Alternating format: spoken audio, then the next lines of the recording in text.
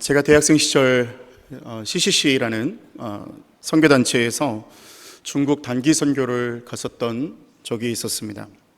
당시에는 2003년이었고 2000년대 초반이었기 때문에 중국에는 종교 탄압이 굉장히 심한 상태였고 선교가 불가능한 때였습니다. 그래서 예수님을 믿는다는 것 자체가 불법인 시절이었기 때문에 당연히 선교도 불법이었습니다.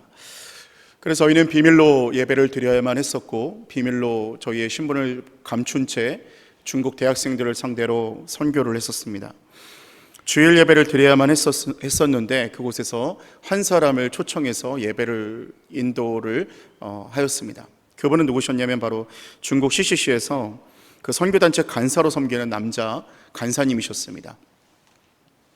그분은 중국 현지인이셨고 상해에 손꼽히는 대학을 다니고 계셨습니다. 졸업한 인재였고요. 그리고 그 가정은 제법 잘 사는 중산층의 남자였습니다. 그의 미래는 매우 촉망되었고 삶에는 윤택한 삶이 보장되어 있었습니다. 그렇지만 그의 직업은 그 누구도 알아주지 않는 CCC 간사, 선교단체 간사였습니다. 불법이었고 당연히 재정과는 상관없는, 돈을 많이 버는 것과는 전혀 상관없는 그런 직업을 선택했다라는 것이죠. 심지어 자신의 가정에서도 외면당하고 버림받는 그런 사태까지 이르게 되었습니다.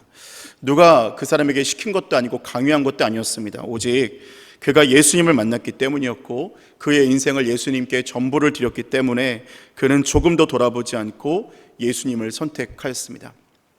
저는 그날 그분을 만나고 굉장히 충격을 받았습니다. 왜냐하면 그가 만난 예수님, 그리고 내가 만났던 예수님이 다른 예수님은 아닌데 왜 그가 드린 헌신과 내가 드리는 헌신은 왜 이렇게 차이가 나고 다를까라는 그런 고민이, 또 그런 충격을 받았던 기억이 납니다.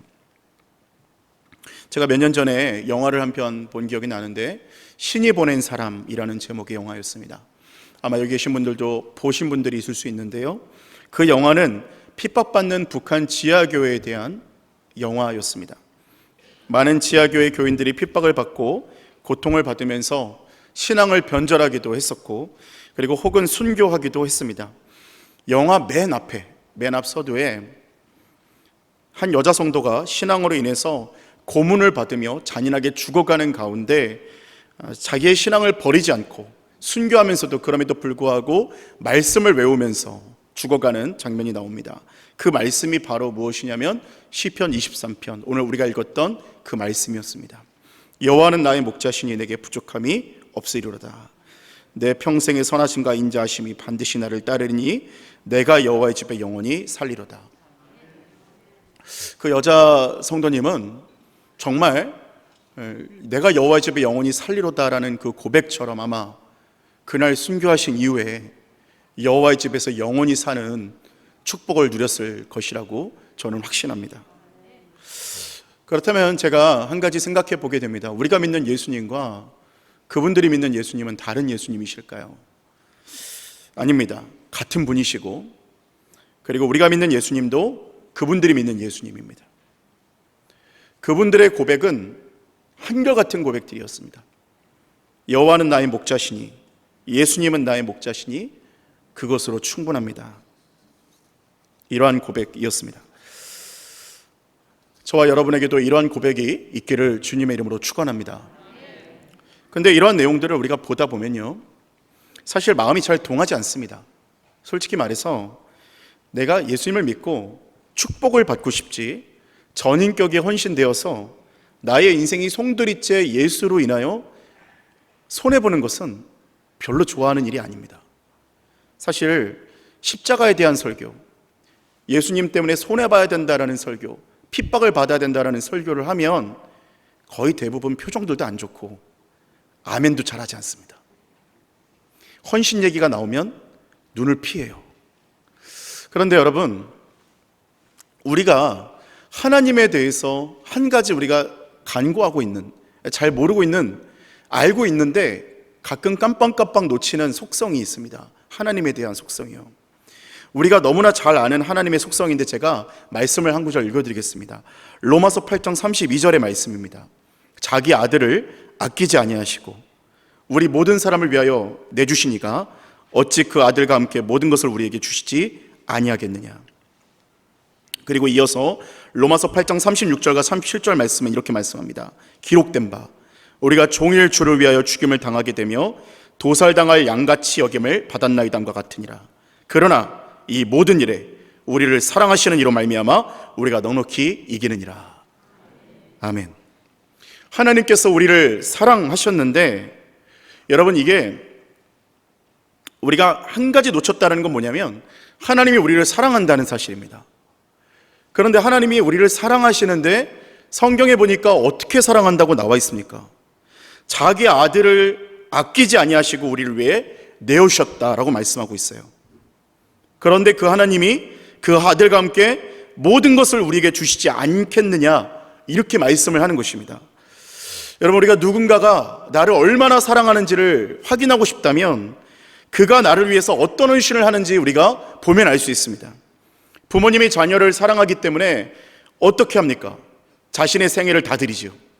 내가 갖고 있는 돈, 내가 먹고 싶은 음식, 내가 입고 싶은 옷, 심지어는 내가 사고 싶은 자동차, 사고 싶은 집 포기합니다. 왜? 자녀에게 그 모든 것을 다 주고 싶으니까 내가 포기하는 거예요. 내 자녀는 나보다 더 누리게 싶어 하기 때문에. 그리고 사랑하는 사람이 생기면 변화가 생겨요. 물질과 시간이 아깝지 않은 거예요. 그래서 그 사람이 나를 위해서 어떤 헌신을 했는지를 보면 내가 그 사람한테 어떤 존재인지 알 수 있습니다. 그런데 사랑하는 여러분, 한번 생각해 보십시오. 누가 나를 사랑해서 대신 죽어줬다고만 생각해도 이게 감당이 안 될 일이지 않겠습니까? 누가 여러분을 사랑해서 대신 죽어줬다라고만 생각해도 감당이 안 될 일이에요. 그런데 오늘 성경에 보니까 우리 하나님께서는 자신의 자녀 되시는 아들 되시는 예수 그리스도를 우리를 위해서 주셨다라고 말하고 있어요. 그러니까 이 사랑을 도대체 뭐라고 표현할 수 있겠습니까? 이 세상 가운데서 어떤 말로 자녀를 준 사랑을 우리가 이해할 수가 있겠습니까? 여기 계신 저와 여러분 그 누구도 만약에 어떤 일을 위하여 자녀를 내놓으라고, 자녀의 생명을 대신하라고 한다면 그 누구라도 이렇게 말할 겁니다. 차라리 저를 죽이라고, 내 자녀는 안 된다고. 아마 100이면 100 다 그렇게 대답하실 거예요. 그런데 우리 하나님은 사랑 그 자체이신데 우리 하나님은 어떻게 하셨다는 거예요? 하나뿐인 아들 예수 그리스도를 우리를 위해서 주셨다는 거예요. 그리고 당신의 사랑을 확증하셨다는 겁니다. 그래서 초대교회 성도들은 오늘 본문에 로마서 8장 36절 37절 제가 읽어드렸던 말씀에 도살당할 양같이 여김을 받으며 죽음의 위기를 겪었다고 해요. 도살당할 양같이, 얼마나 비참합니까? 순서가 되면 끌려가서 죽는 겁니다. 죽음의 위기를 겪고 이제 저 사람 죽었으니까 그 다음은 내 차례겠구나. 그리고 순교의 위협을 느끼면서 천국 갈 준비를 하며 죽으러 가는, 여러분, 그런 순서를 기다리고 있는 그 가운데 그들은 뭐라고 말하고 있어요? 그런데도 불구하고 우리를 사랑하시는 이로 말미암아 넉넉히 이긴다고 표현을 하고 있는 것입니다. 사랑하는 여러분, 주님의 사랑을 정말로 경험하게 되면 어떤 상황에서도 넉넉히 이기는 힘을 갖게 되는 줄로 믿습니다. 그러니까 나를 이토록 사랑하시는 하나님께 우리의 인생을 드리면 어떻게 될까봐 착잡하다라는 거는, 그것은 우리가 하나님을 너무나 오해하고 있다는 것이죠. 내 인생을 주님께 드립니다. 여러분, 아멘이십니까? 내 자녀를 주님께 드립니다. 이건 아멘이 좀 작아지잖아요, 그렇죠? 내 자녀를 주님께 드립니다. 할렐루야. 아멘이십니까? 그런데 여러분, 그렇게 내 인생을 주님께 드리고 내 자녀를 주님께 드립니다, 내 자녀의 인생을 주님께 드립니다라고 고백할 때 우리를 가장 잘 아시는 주님께서 내 드린 인생을 가지고 얼마나 아름답게 바꿔주시겠습니까? 내 자녀를 드립니다, 내 자녀의 삶을 드립니다 했을 때 내 자녀를 나보다 더 사랑하시는 우리 주님께서 내 자녀의 인생을 얼마나 아름답게 바꿔주시겠냐, 이 말입니다. 여러분, 그렇기 때문에 우리에게 주님 앞에 모든 것을 맡겨드릴 수 있는 그 믿음, 그 축복은 놀라운 축복인 것을 믿으시기를 바랍니다. 그래서 우리 믿는 자들에게 인생에게 줄 수 있는 축복, 인생이 한번 태어나서 이 땅을 떠날 때, 이 땅에 한번 태어나서 떠날 때 가장 큰 축복은 뭐겠습니까? 예수님 믿는 것이죠. 여러분, 동의하십니까? 예수 믿는 것 최고의 축복인 줄로 믿습니다. 그러니까 여러분, 우리가 주님 앞에 주님 더 축복받고 싶습니다. 사실은 모든 축복을 받았어요. 왜? 하나님은 당신의 아들을 주실 만큼 우리를 사랑하셨기 때문에 그 아들을 주셨는데 다른 것 아끼지 않겠느냐, 성경에 약속하셨기 때문에 예수를 믿는다는 것 자체가 이미 하나님 앞에 모든 것을 받았다는 것이죠. 아들을 주신 이가 다른 것은 주시지 않겠습니까? 예수를 믿는 자는, 예수를 믿는 성도는 기도할 때에 모든 것을 응답받게 되는 줄로 믿습니다. 그렇기 때문에 예수를 믿음으로 말미암아, 그냥 믿는 것이 아니라 예수를 진실로 믿음으로 말미암아 모든 축복을 받는 저와 여러분 되시기를 주의 이름으로 축원합니다. 그러니까 오늘 시편 23편의 말씀은, 오늘 본문의 시편 23편 말씀을 돌아온다면 다윗의 말년에 쓰여진 시라고 말하고 있어요. 한마디로 말하면 다윗의 인생의 가장 중요한 핵심 키워드가 시편 23편이었다는 거예요. 유언적인 시라는 거예요. 내 인생 다 살아놓고 보니까 어떤 말로도 표현할 수가 없는데 시편 23편 하나로 표현할 수 있겠다는 거예요. 여호와는 나의 목자시니 내게 부족함 없습니다. 사망의 음침한 골짜기 다닐 때 내가 그럼에도 불구하고 해를 두려워하지 않을 수 있었던 이유는 여호와께서 나와 함께 하셨기 때문이었습니다. 이제는 내가 내 인생 모두 다 마치고 그의 선하심과 인자하심이 끝까지 나를 붙들으셨는데 이제 여호와의 집에 영원히 살 일만 나는 남았습니다. 이것이 다윗의 고백이었다는 거예요. 여러분, 이 고백이 저와 여러분의 고백이 되기를 축원합니다. 그래서 다윗은 자신의 직업이 목자였기 때문에 목자와 양의 관계를 너무나 잘 알았다는 것이죠. 그래서 자신을 양으로 묘사했고 하나님을 목자로 묘사했습니다. 양은 아무리 힘이 세도 양은 양일 뿐입니다. 우리가 착각하는 게 있는 게, 성도가 신앙생활을 잘하고 경건생활을 오래 하고 기도를 많이 하면 너무나 훌륭한 일이지만 그걸로 인해서 다 됐다고 생각해요. 그런데 양은 강해도 양입니다. 목자가 없으면 그 순간 끝나는 거예요. 주님의 임재가 없으면 그 순간 끝나는 거예요. 아무리 경력이, 아무리 내가 신앙생활에 연수가 많아도 주님이 없으면 그 자리에서 끝나는 거예요. 그러나 우리가 아무리 연약해도 내 마음 심령 가운데 주의 임재가 있으면 그 자리에서 살아나는 은혜가 있다는 것을 믿으시기를 바랍니다. 양의 생명은 어디에 달려 있습니까? 양은 어떤 목자를 만나느냐에 따라 달려 있어요. 삭군을 만나면 그 양은 죽는 거예요. 그런데 그 양이 선한 목자를 만나면 그 양은 일생토록 풍성하게 살아가는 겁니다.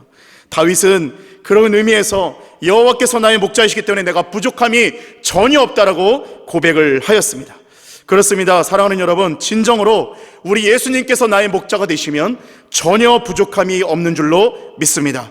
오늘 사랑하는 성도 여러분, 2023년 다윗의 이 고백이 저와 여러분의 고백이 되어서 이 믿음으로 살아가시는 복된 은혜가 있기를 주님의 이름으로 축원합니다. 그렇다면 여호와께서 목자 되시는 인생을 살기 위해서는 어찌해야 될까요? 함께 말씀을 나누며 은혜를 나누고자 합니다. 첫 번째로는 영적인 은혜를 공급받아야 됩니다.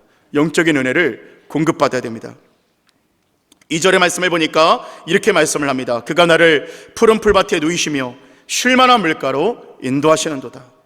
하나님께서 우리를 인도하시는 이유는 우리를 노예처럼 부리기 위해서 살게 하시기 위함이 아닙니다. 자녀가 부모님에게 나는 부모님을 너무나 사랑하니까 엄마 아빠 너무 사랑해요. 나는 정말 평생을 엄마 아빠를 위해서 살 거예요. 엄마 아빠 위해서 나는 평생 효도할 거예요. 그렇게 말하면 자녀를 방에 가두고 엄마 아빠를 위해 산다고 했으니까 넌 앞으로 평생 노예처럼 살아라, 이럴 부모가 어디 있겠어요? 아마 저와 여러분 중에 자녀가 정말 그렇게 고백을 하는 자녀가 있다면 오히려 정말 내 전부를 걸어서라도, 아니 내 생명을 바쳐서라도 내가 너를 위해서 살 거다, 내가 너 하나 풍요롭게 하기 위하여 나는 내 생명을 바쳐 살 거다, 그렇게 아마 저와 여러분이 그렇게 자녀에게 고백할 겁니다. 그렇다면 주님께서 우리를 부르신 그 이유가 진짜 무엇이겠어요? 우리를 부르신 이유는 푸른 풀밭에 누이시고 쉴만한 물가로 인도하시기 위함이라는 거예요. 요한복음 10장 10절에 보니까 이것에 대해서 이렇게 얘기했습니다. 도둑이 오는 것은 도둑질하고 죽이고 멸망시키려는 것뿐이요 내가 온 것은 양으로 생명을 얻게 하고 더 풍성히 얻게 하려는 것이니라. 생명을 얻게 할 뿐만 아니라 더 풍성히 얻게 하기 위하여 주님이 우리를 부르셨다는 겁니다. 자, 그러면 풍성한 삶을 어떻게 누릴 수 있게 될까요? 그 비밀은 요한삼서 1장 2절에 잘 나와 있습니다. 사랑하는 자여, 내 영혼이 잘된 같이 내가 범사에 잘되고 강건하기를 내가 간구하노라. 영혼이 잘되는 것이에요. 영혼이 잘되면 풍성한 삶이 되는 것이고, 영혼이 잘되면 범사가 잘되고 강건해지는 것이랍니다. 북한에 처음에 외국에 보여주기 위해서 북한에서 위장교회를 만들었습니다. 그래야지 외국의 원조도 얻을 수 있으니까 고위 간부들의 아내를 차출을 하는 거예요.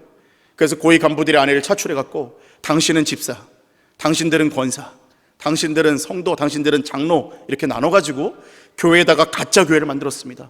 목사도 이렇게 놓고 예배를 가짜로 드리고 그리고 말씀도 전하게 하고 찬송도 하게 하는 거예요.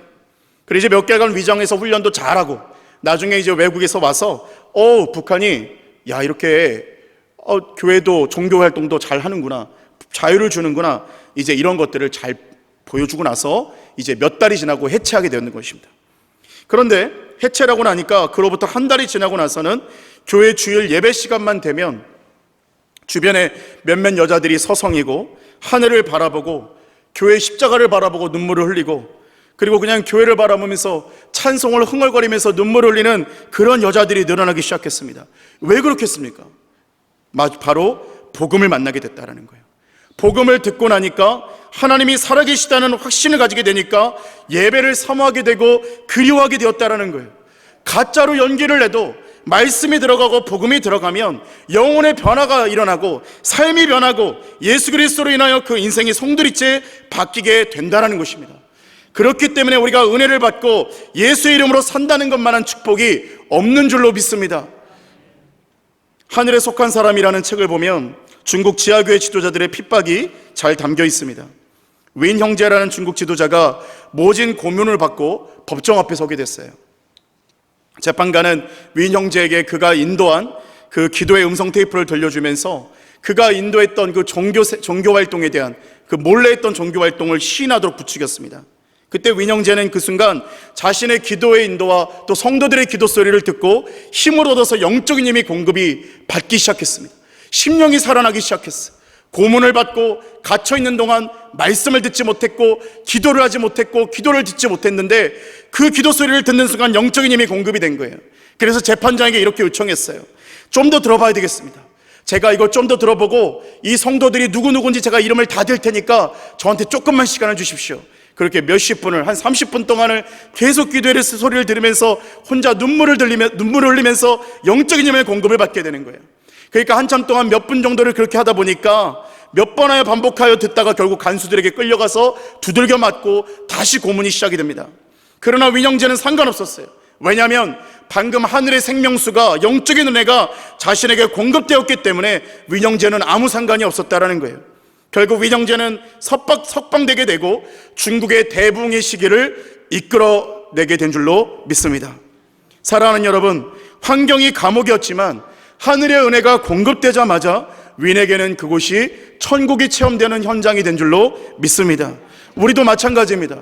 상황과 환경이 감옥이냐 천국이냐가 상관이 있는 것이 아니라 우리의 심령 가운데 하나님의 임재가 임하여서 우리의 심령이 천국이 되었느냐 아니면 지옥같이 되었느냐, 여기에서 판가름이 난다라는 것이죠. 성도는 환경이 변화가 되는 것이 아니라 내 심령이 변화가 되면 환경이 변화가 되는 역사가 일어나게 되는 줄로 믿습니다. 시편 23편을 쓴 다윗도 마찬가지였어요. 우리가 23편을 생각하면 상황이 안락하고 편하게 쓴 시, 마치 푸른 초원에 양들이 한가롭게 누워있고 풀을 뜯어먹고 물을 먹고 있는 그런 우리가 그림이나 모습을 상상합니다. 그런데 다윗의 삶은 어땠습니까? 다윗은 압살롬의 반역 때문에 피해 다녔고요, 자기 장인어른인 사울이 칼날을 피해 다니면서 미친 척 연기를 하면서 비참한 삶을 살았어요. 그런데 그때에 다윗은 이렇게 고백을 했다라는 거예요. 여호와는 나의 목자신데 내게 부족함이 있겠느냐. 우리 예수님이 나를 푸른 풀밭 쉴만한 물가에 인도하시고 내 영혼을 소생시키신다라고 고백하는 거예요. 삶의 치열한 광야 같은 현장 가운데서 여호와가 목자시기 때문에 내가 부족함이 없다라고 고백하는 것이 바로 시편 23편이라는 것입니다. 그래서 다윗은 다른 시에서 이렇게 고백합니다. 천만인이 나를 에워싸 진친다 할지라도 나는 두려워하지 아니할 것이다, 이렇게 선포하고 있어요. 왜요? 성경에 보니까 주께서 모든 원수의 뺨을 치시며 악인의 일을 꺾으셨기 때문이라, 이렇게 얘기했습니다. 사랑하는 여러분, 오늘 내 심령 가운데 여호와가 목자가 되시면 광야 같은 세월도 풍요로운 인생으로 바뀌게 되는 줄로 믿습니다. 그렇기 때문에 우리는 예배를 생명처럼 사수해야 합니다. 기도에 온 마음과 믿음을 걸고 기도해야 됩니다. 말씀을 매일 사모하며 읽어야 합니다. 그때의 영혼의 소생이 일어나게 되고 어떠한 환경도 넉넉히 이기게 되는 힘이 일어나게 되는 줄로 믿습니다. 두 번째로는 여기까지 인도하신 은혜를 기억해야 합니다. 여기까지 인도하신 은혜를 기억해야 합니다. 4절의 말씀이 이렇게 말합니다. 내가 사망의 음침한 골짜기로 다닐지라도 해를 두려워하지 않을 것은 주께서 나와 함께 하심이라. 주의 지팡이와 막대기가 나를 안위하시나이다. 아슬아슬한 사망의 음침한 골짜기를 혼자 걸어간다고 한번 상상해 보십시오. 눈앞에는 안개가 잔뜩 끼어서 한 치 앞을 분간할 수가 없고 발밑에는 수천 개의 낭떠러지가 놓여있고 주위에는 맹수들이 노리며 해치려고 있습니다. 사실 이것은 비단 시편의 23편의 그런 환경이나 팔레스틴 지역에 있는 그 환경뿐만 아니라 우리의 삶의 여정에도 이런 사망의 음침한 골짜기들이 지속적으로 나타납니다.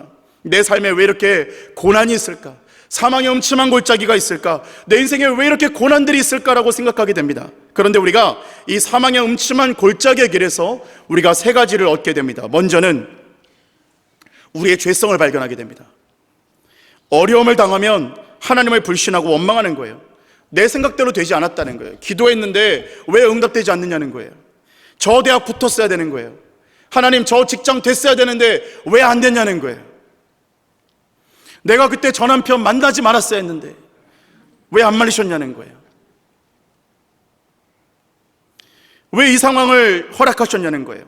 이게 바로 우리 죄성입니다. 그리고 또 한 가지, 그러나 두 번째로 중요한 사실은, 그러나 또 다른 중요한 사실이 뭐냐면 나 혼자 방황하고 있다고 생각해요. 나 혼자 너무나 힘들어요. 하나님 도대체 어디 계시는 거예요? 그런데 사실 그렇게 생각하는 그 시간에도 사실은 한순간도 하나님은 나를 놓지 않고 인도하셨다라는 사실이에요. 내가 구덩이 쪽으로 가고 있어요. 내가 구덩이 쪽으로 가면서 자꾸 위험한 길로, 죄의 길로 가려고 하는데 누군가가 자꾸 안전한 쪽으로 밀어붙입니다. 위험한 방향으로 가려고 하면 자꾸 길이 막힙니다. 저 길로 가려고 하는데 왜 자꾸 길이 막힐까요? 그래서 내가 생각지도 못한 방향으로 인도하시고 그곳에 가서 내가 진탕 얻어맞게 하고 고난을 당하게 하는데 그때 내 마음이 가난해서 기도하게 하시고 말씀을 듣게 하시고 하나님을 알게 하시고 믿음이 생기게 하십니다. 그리고 이 모든 과정을 지나가게 되면 도대체 내가 무슨 수로 이 인생길을 걸어갔을까라고 생각해 보면 그때 와서 우리가 발견하게 되는 거예요. 주님이 매 순간순간을 인도하셨다는 사실이에요. 그때 길이 막혀서 하나님 곡선으로 가는 것 같고 돌아가는 것 같고 왜 이 길을 막으셨냐고요. 하나님 왜 그 남편을 허락하셨냐고요. 하나님 그 직장을 왜 하나님께서 허락하지 않으셨냐고요. 왜 그 대학 내가 떨어지게 하셨냐고요. 원망했었는데 알고 보니까 그게 지름길이었다는 거예요. 그거 떨어졌으니까 내 인생의 지름길로 걸어왔다는 거예요. 우리 주님은 우리에게 가장 좋은 길로 인도하시는 선하신 하나님이십니다. 그리고 또 한 가지는 사망의 음침한 골짜기에서 우리가 발견하게 되는 한 가지는요, 하나님께서 우리가 다시는 교만해지지 않도록 완전히 사람을 바꿔놓으십니다. 고난을 통해 신앙과 인격이 훈련되고 영적 군사가 되고 무엇보다 하나님을 향한 믿음과 사랑의 진보가 일어나요. 죄의 지팡이와 막대기가 나를 지킨다는 사실을 깨닫게 되는 거예요. 지팡이가 지속적으로 내가 위험한 곳으로 가려고 하려면 그 발을 지팡이로 붙들고 가지 못하게 하는 겁니다. 그 길로 걸어가면 안 되잖아. 그 길로 걸어가면 너는 죽게 되잖아. 안전한 방향으로 인도하고, 그리고 막대기의 뾰족한 끝은 우리를 마귀가 삼키려고 할 때에 하나님 예수님께서 직접 그 막대기로, 목자 되신 예수님께서 마귀를 지속적으로 찌르고 쫓아내고 우리에게 오지 못하도록 막아세우시는 겁니다. 그래서 찬송가 내 평생에 가는 길에 2절 가사가 이러합니다. 저 마귀는 우리를 삼키려고 입 벌리고 달려와도 주 예수는 우리의 대장되사 끝내 싸워서 이기겠네. 내 영혼 평안해, 내 영혼 평안해. 그러니까 우리의 목자 되시고 우리의 대장 되시는 예수님께서 나의 걸음을 인도하신다라는 체험이 쌓이게 되면 이제부터는 우리 안에 두려움이 사라지게 되고 담대함이 생기게 되는 거예요.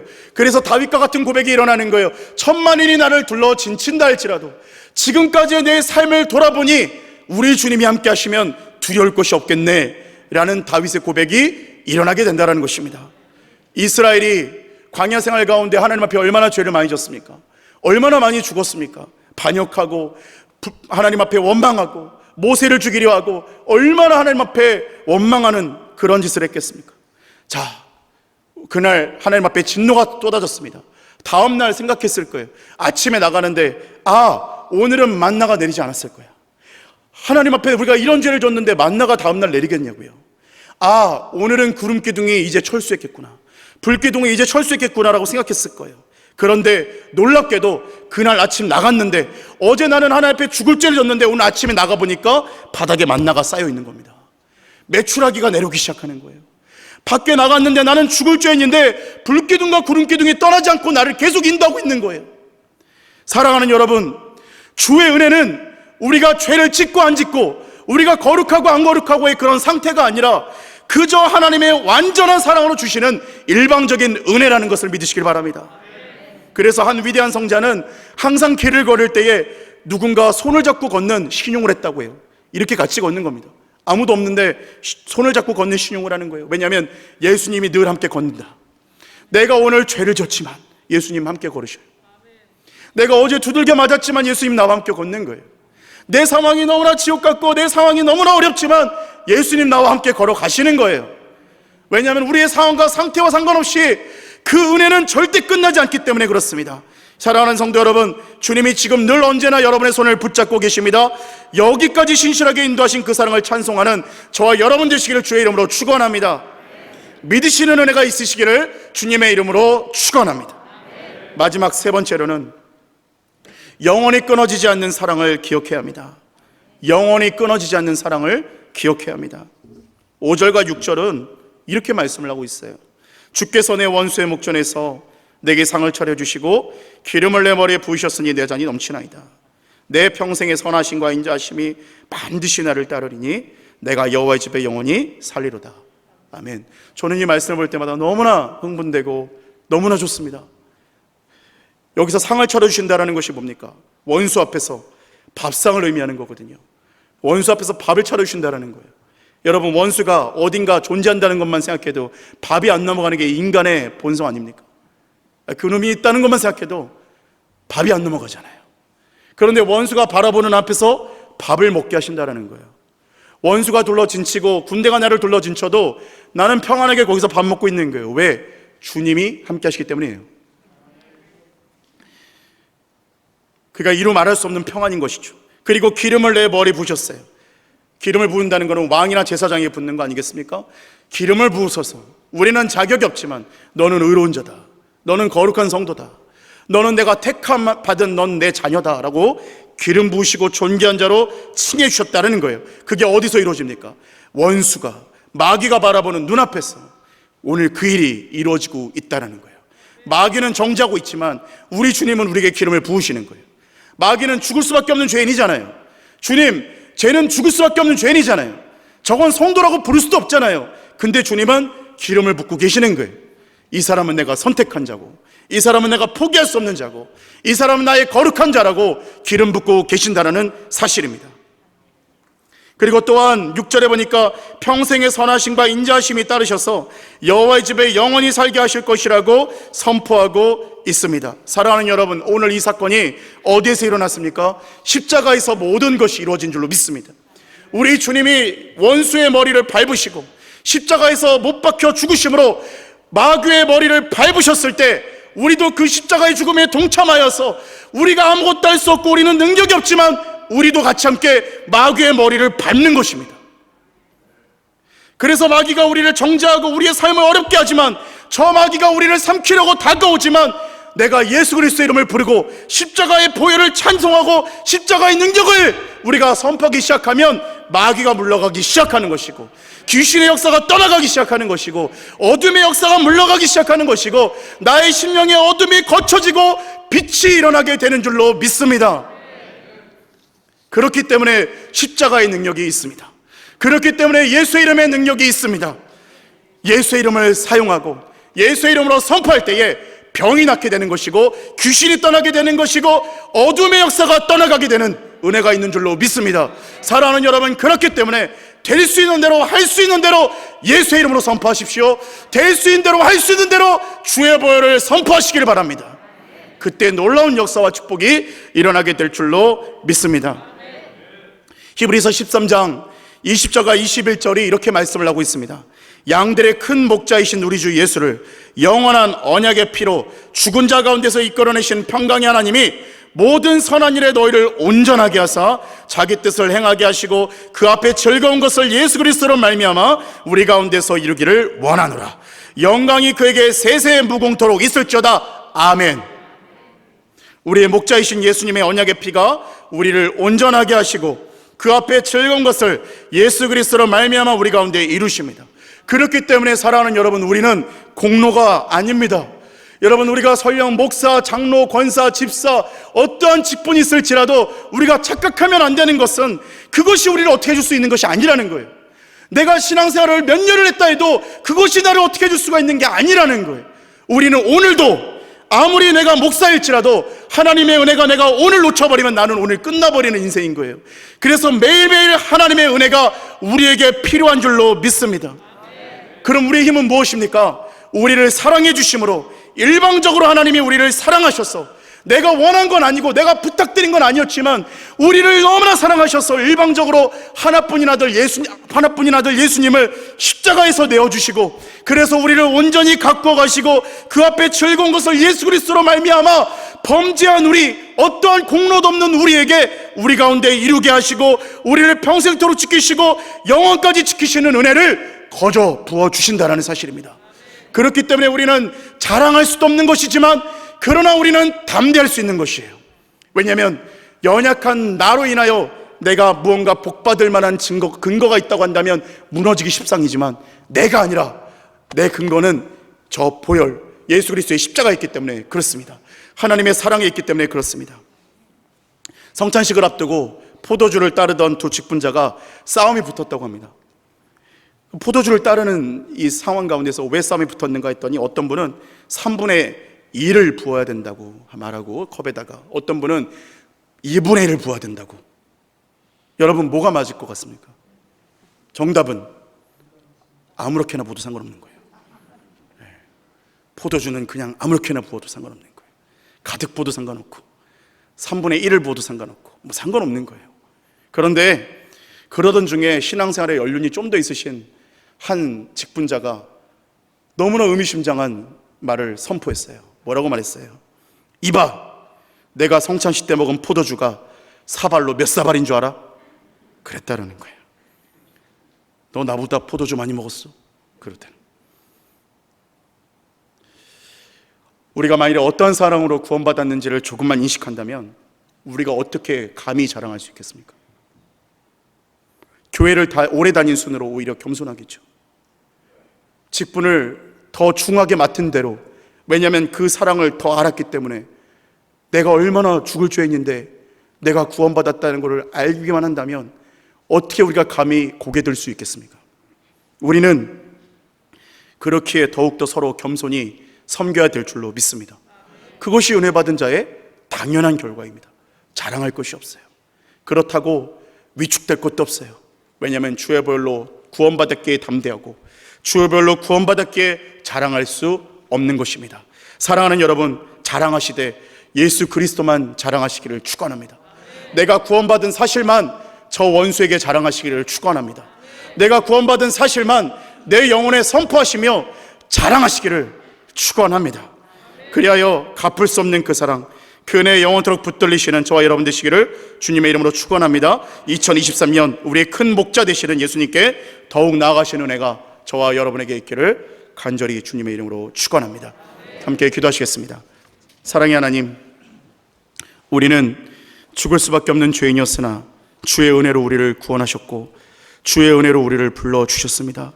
우리가 무엇이기에 직분을 세우시고 무엇이기에 성도라고 불러주셨습니까? 우리는 하나님 앞에 고개 들 수 없고 아무 의와 공로 없사오니 오직 주의 보혈 아래에 들어가 주의 은혜를 누리게 하여 주시옵소서.